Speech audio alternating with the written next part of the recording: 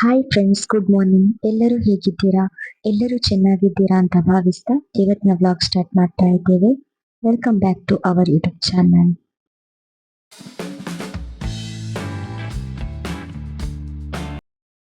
ಇವತ್ತಂತೂ ಎದ್ದಿದ್ದು ಲೇಟ್ ಎದ್ಮೇಲೆ ತಿಂಡಿನೂ ಲೇಟ್ ಅಲ್ಲ. ಸೊ ದಿಢೀರಾಗಿ ಏನಾದ್ರೂ ತಿಂಡಿ ಮಾಡ್ಕೊಳ್ಬೇಕು ಅಂತ ಅನಿಸಿದಾಗ ಪುಳಿಯೋಗರೆ ನನ್ನ ಬೆಸ್ಟ್ ಆಪ್ಷನ್ ಆಗಿರ್ತದೆ.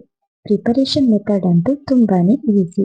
ಸ್ಟವ್ ಹಚ್ಚಿ ಪ್ಯಾನ್ ಇಡಿ, ಎಣ್ಣೆ ಹಾಕಿ, ಒಗ್ಗರಣೆ ಹಾಕಿ, ಪುಳಿಯೋಗರೆ ಪೌಡರ್ ಹಾಕಿ, ರೈಸ್ ಹಾಕಿ ಮಿಕ್ಸ್ ಮಾಡಿದ್ರೆ ಪುಳಿಯೋಗರೆ ರೆಡಿ.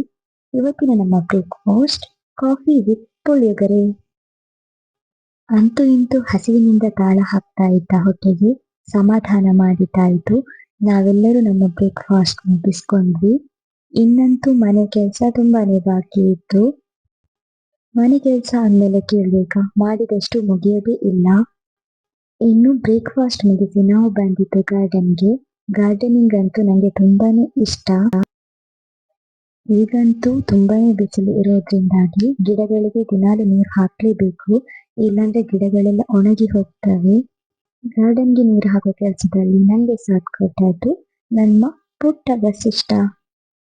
ಇನ್ನು ಸಣ್ಣ ಮಕ್ಕಳನ್ನು ಹಿಡ್ಕೊಂಡು ಕೆಲಸ ಮಾಡೋದಂತೂ ತುಂಬಾನೇ ಕಷ್ಟ. ಇದಕ್ಕೆ ಸೊಲ್ಯೂಷನ್ ವಸಿಷ್ಠನನ್ನು ನಾನು ಮಲಗಿಸಿದ್ದ ತೊಟ್ಟಿಲಲ್ಲಿ. ಇನ್ನು ನನ್ನ ಮುಂದಿನ ಕೆಲಸ ಏನಿದ್ರೆ ಕಿಚನ್ ನಲ್ಲಿ. Welcome to my kitchen area.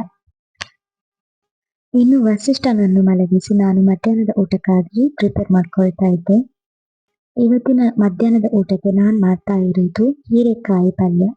ಇನ್ನು ಈ ಹೀರೆಕಾಯಿಯಲ್ಲಿ ತುಂಬಾನೇ ಆರೋಗ್ಯಕರ ಪ್ರಯೋಜನಗಳಿವೆ.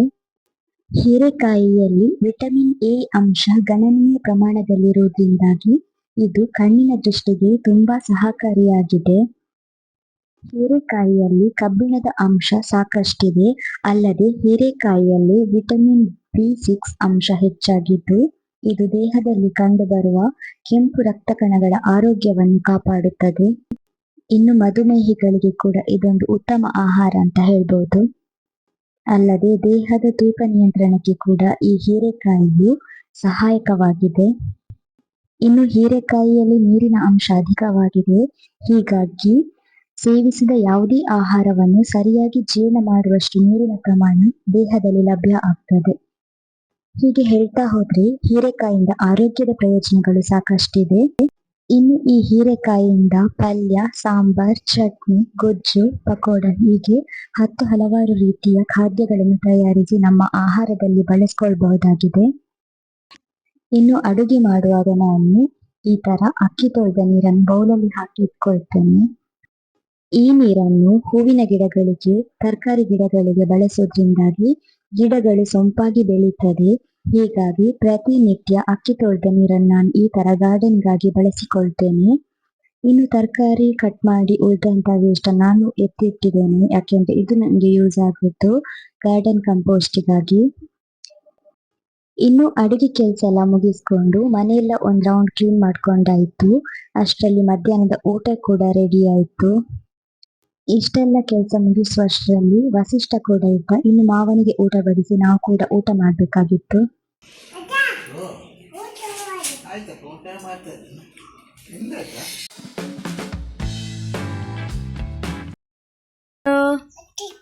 ಅಮ್ಮನ ಹೆಸರು ಅಮ್ಮನ ಹೆಸರು ಅಮ್ಮನ ಹೆಸರು ಅಪ್ಪನ ಹೆಸರು. ಊಟ ಆಯ್ತಾ? ಆಯ್ತಾ? ಏನು ಸಾಂಬಾರು? ಸೌತೆಯಾ? ಗಂಟೆ ಎಷ್ಟಾಯ್ತು? 8 ಆಯ್ತಾ? ಸಾಂಗ್ ಹೇಳೊಂದು. ಹಾಂ ಹಾಂ, ಇನ್ನೊಮ್ಮೆ ಹೇಳು. ಇನ್ನೊಮ್ಮೆ ಹೇಳು. ಫಸ್ಟಿಂದ ಹೇಳು. ರಕ್ಕಮ್ಮ ಫಸ್ಟಿಂದ ಹೇಳು. ಹಾಂ ಹಾಂ. Thank you, welcome, take care, bye. ಇನ್ನು ನಮ್ಮೂರಿನ ಗಣಪತಿ ದೇವಸ್ಥಾನದಲ್ಲಿ ಬ್ರಹ್ಮಕಲಶೋತ್ಸವ ನಡೀತಾ ಇತ್ತು. ಹೀಗಾಗಿ ಸಂಜೆ ಟೈಮಲ್ಲಿ ನಾವು ನನ್ನ ಅಮ್ಮನ ಮನೆಗೆ ಹೋದ್ವಿ. ಅದೇ ದಿನ ನನ್ನ ಅಕ್ಕ ಭಾವಂದು ವೆಡ್ಡಿಂಗ್ ಆನಿವರ್ಸರಿ ಕೂಡ ಇತ್ತು. ಹೀಗಾಗಿ ಅವರಿಗೆ ವೆಡ್ಡಿಂಗ್ ಆನಿವರ್ಸರಿ ವಿಶ್ ಮಾಡಿದ್ವಿ. ಇನ್ನು ಮನೆಯವರೊಂದಿಗೆ ಸ್ವಲ್ಪ ಹೊತ್ತು ಟೈಮ್ ಸ್ಪೆಂಡ್ ಮಾಡಿ ಮತ್ತೆ ನಾವು ದೇವಸ್ಥಾನಕ್ಕೆ ಹೊರಟ್ವಿ. ಇದು ಬೆಳ್ತಂಗಡಿ ತಾಲೂಕಿನ ಬಂದಾರು ಗ್ರಾಮದ ಪೆರ್ಲಬೈಪಾಡಿ ಎಂಬಲ್ಲಿ ಇರುವ ಗಣಪತಿ ದೇವಸ್ಥಾನ. ಈ ದೇವಸ್ಥಾನಕ್ಕೆ ಸುಮಾರು 800 ವರ್ಷಗಳ ಇತಿಹಾಸ ಇದೆ ಅಂತ ಹೇಳಲಾಗ್ತದೆ. ಇನ್ನು ಇಲ್ಲಿ ಡೆಕೋರೇಷನ್ ಅಂತ ತುಂಬಾ ಚೆನ್ನಾಗಿ ಮಾಡಿದ್ರು. ಸರ್ವ ವಿಘ್ನ ನಿವಾರಕನಾದಂತಹ ಗಣಪತಿ ದೇವರ ದರ್ಶನ ಪಡೆದು ನಂತರ ಸ್ವಲ್ಪ ಹೊತ್ತು ಜಾತ್ರೆಯಲ್ಲಿ ಸುತ್ತಾಡಿ ಮತ್ತೆ ನಾವು ಹೊರಟಿದ್ದು ಪುತ್ತೂರಿಗೆ. ಪುತ್ತೂರಲ್ಲಿ ನಾವು ಮೊದಲು ಬಾಡಿಗೆಗಿದ್ದ ಮನೆಯ ಓನರ್ ಇದ್ದ ಶಾಪ್ ಇದೆ. ನಮ್ಗೆ ಕೆಲವೊಂದು ಥಿಂಗ್ಸ್ ಬೇಕಾಗಿತ್ತು. ನಾವು ಹೋದಾಗ ಓನರ್ ಇದ್ದ ಮಗ ಇದ್ದ ಶಾಪ್ ಅಲ್ಲಿ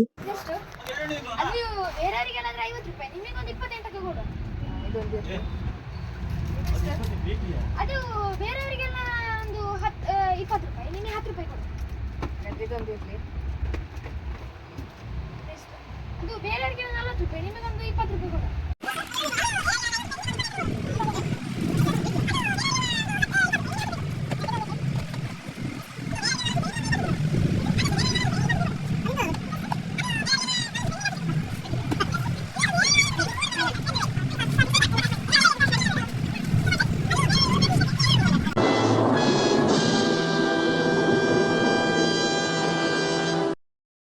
ನಮ್ದಾಯ್ತಾ? ಬಿಲ್ ಮಾಡಿ. ನಿಮ್ದಾಯ್ತು. ಎಷ್ಟಾಯ್ತು? 500 ರೂಪಾಯಿ ಆಯ್ತು. ಬೇರೆಯವರಿಗೆಲ್ಲ 500 ರೂಪಾಯಿಗೆ ಕೊಡುದು. 250 ಗೆ. Thank you. ಅಂಗಡಿ ಹೆಸರು ಎಂತ ನಿಮ್ದು? ನಂದು ಮಹಾವೀರ ಸ್ಟೋರ್ಸ್ ಅಂತ. ಎಲ್ಲಿ? ಮಹಾವೀರ ಸ್ಟೋರ್ಸ್ ಅಂತ ದರ್ಬೆಯಲ್ಲಿ ಬರ್ತದೆ. ಪ್ರೇಮ ಬೇಕರಿಯ ಸ್ವಲ್ಪ ಈಚೆ. ಎಲ್ಲರೂ ಬಂದು ಸ್ವಲ್ಪ ಒಳ್ಳೆ ವ್ಯಾಪಾರ ಮಾಡಬೇಕು. ದರ್ಬೆ ಅಂದ್ರೆ ಎಲ್ಲಿ? ದರ್ಬೆ ಅಂದ್ರೆ ಪುತ್ತೂರಲ್ಲಿ. Okay, thank you. Okay, welcome. ಇನ್ನೇನು ನಮ್ಮ ವೆಡ್ಡಿಂಗ್ ಆನಿವರ್ಸರಿ ಹತ್ರ ಬರ್ತಾ ಇದೆ. ಈ ವರ್ಷ ನಾವು 5ನೇ ವರ್ಷದ ವೆಡ್ಡಿಂಗ್ ಆನಿವರ್ಸರಿ ಆಚರಿಸ್ಕೊಳ್ತಾ ಇರೋದು. ಹೀಗಾಗಿ ನನ್ನ ಹಸ್ಬೆಂಡ್ಗಾಗಿ ನಾನು wedding anniversary greeting card ready ಮಾಡಿದ್ದೆ. ಮಧ್ಯೆ ಮಧ್ಯೆ ವಸಿಷ್ಠನನ್ನು ಸಂಭಾಳಿಸಿಕೊಂಡು ಈ ಗ್ರೀಟಿಂಗ್ ಕಾರ್ಡ್ ಮಾಡಿ ಮುಗಿಸುವಷ್ಟರಲ್ಲಿ ತುಂಬಾನೇ ಲೇಟ್ ಆಗಿತ್ತು. ಈಗಂತೂ ಹೊರಗಡೆ ವಿಧ ವಿಧವಾದ ಗ್ರೀಟಿಂಗ್ ಕಾರ್ಡ್ಗಳು ಸಿಗ್ತವೆ. ಆದ್ರೆ ನಮ್ಮ ಪ್ರೀತಿ ಪಾತ್ರರಿಗಾಗಿ ನಾವೇ ನಮ್ಮ ಕೈಯಾರೆ ಮಾಡಿದ ಗ್ರೀಟಿಂಗ್ ಕಾರ್ಡ್ ಕೊಡೋದ್ರಿಂದಾಗಿ ಅದೊಂದು ಒಳ್ಳೆ ನೆನಪಾಗಿ ಅವರ ಮನದಲ್ಲಿ ಯಾವಾಗ್ಲೂ ಉಳಿತದೆ ಎನ್ನುವುದು ನನ್ನ ಅನಿಸಿಕೆ. ನೀವೇನಂತೀರಾ?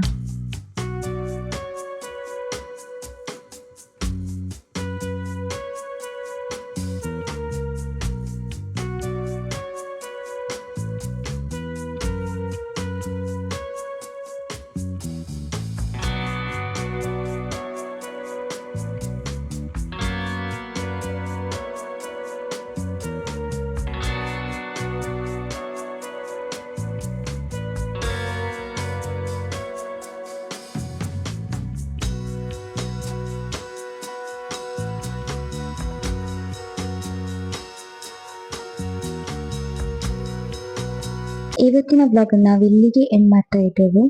ಈ ವಿಡಿಯೋ ಇಷ್ಟ ಆದರೆ ಲೈಕ್, ಶೇರ್, ಸಬ್ಸ್ಕ್ರೈಬ್ ಮಾಡಿ. ಮತ್ತೆ ಮುಂದಿನ ವಿಡಿಯೋದಲ್ಲಿ ಸಿಗೋವರೆಗೂ ಟೇಕ್ ಕೇರ್, ಬಾಯ್, ಶುಭರಾತ್ರಿ.